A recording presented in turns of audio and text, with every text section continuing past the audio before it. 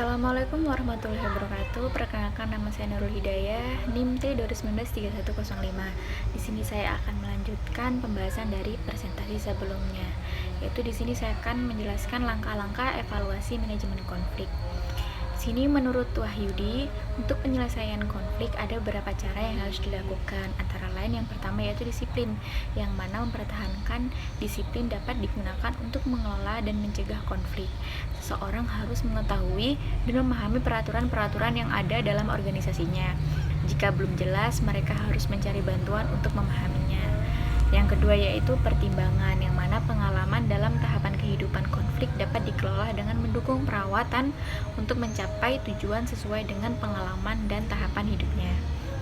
Selanjutnya yang ketiga yaitu suatu komunikasi yang baik dan menciptakan lingkungan yang terapetik dan kondusif, yang mana suatu upaya yang dapat dilakukan manajer untuk menghindari konflik adalah dengan menerapkan komunikasi yang efektif dalam kegiatan sehari-hari juga, yang akhirnya dapat dijadikan sebagai satu cara hidup. Yang selanjutnya yang keempat yaitu mendengarkan secara aktif.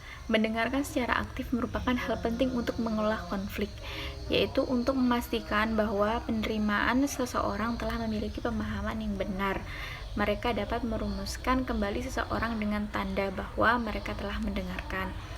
Sedangkan dalam penanganan konflik lainnya ada 5 tindakan yang dapat kita lakukan. Di antaranya itu 1. Berkompetisi.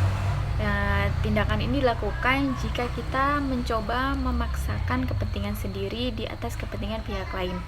Jadi pilihan tindakan ini bisa disukses dilakukan jika situasi saat itu membutuhkan keputusan yang cepat, terpenting salah satu pihak lebih utama, dan pilihan kita sangat vital. Jadi hanya perlu satu diperhatikan, pada situasi menang atau kalah, winner solution akan terjadi di sini juga. Pihak kalah akan merasakan dirugikan dan dapat menjadi konflik yang berkepanjangan. Tindakan ini bisa dilakukan dalam hubungan atasan dan bawahan, yang mana di mata atasan menempatkan kepentingannya, yaitu kepentingan organisasi di atas kepentingan bawahan. Yang kedua yaitu menghindari konflik. Tindakan ini dilakukan jika salah satu pihak menghindari dari situasi tersebut secara fisik ataupun psikologis.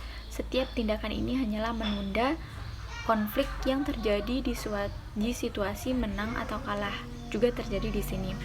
Menghindari konflik juga bisa dilakukan jika masing-masing pihak mencoba untuk mendinginkan suasana.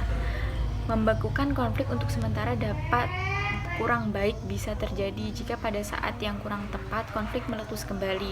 Ditambah lagi jika salah satu pihak menjadi stres karena merasa masih memiliki hutang dalam penyelesaian persoalan tersebut.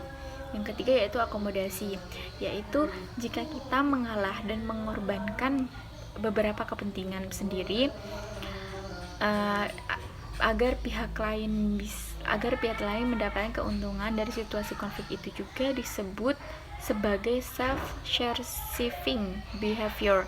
Hal ini dilakukan jika kita merasa bahwa kepentingan pihak lain lebih utama atau kita ingin tetap menjaga hubungan dengan pihak tersebut, dan juga mempertimbangkan antara kepentingan pribadi dan hubungan baik, seperti itu.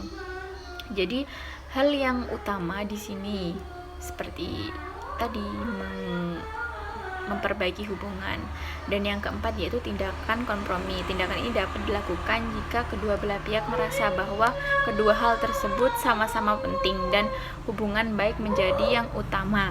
Masing-masing pihak akan mengorbankan sebagai kepentingan untuk mendapatkan situasi menang atau kalahnya. Win or win solution. Yang kelima yaitu berkolaborasi, yang mana menciptakan situasi menang dan menang dengan saling bekerja sama. Sekian dari saya, kurang lebihnya mohon maaf. Wassalamualaikum warahmatullahi wabarakatuh.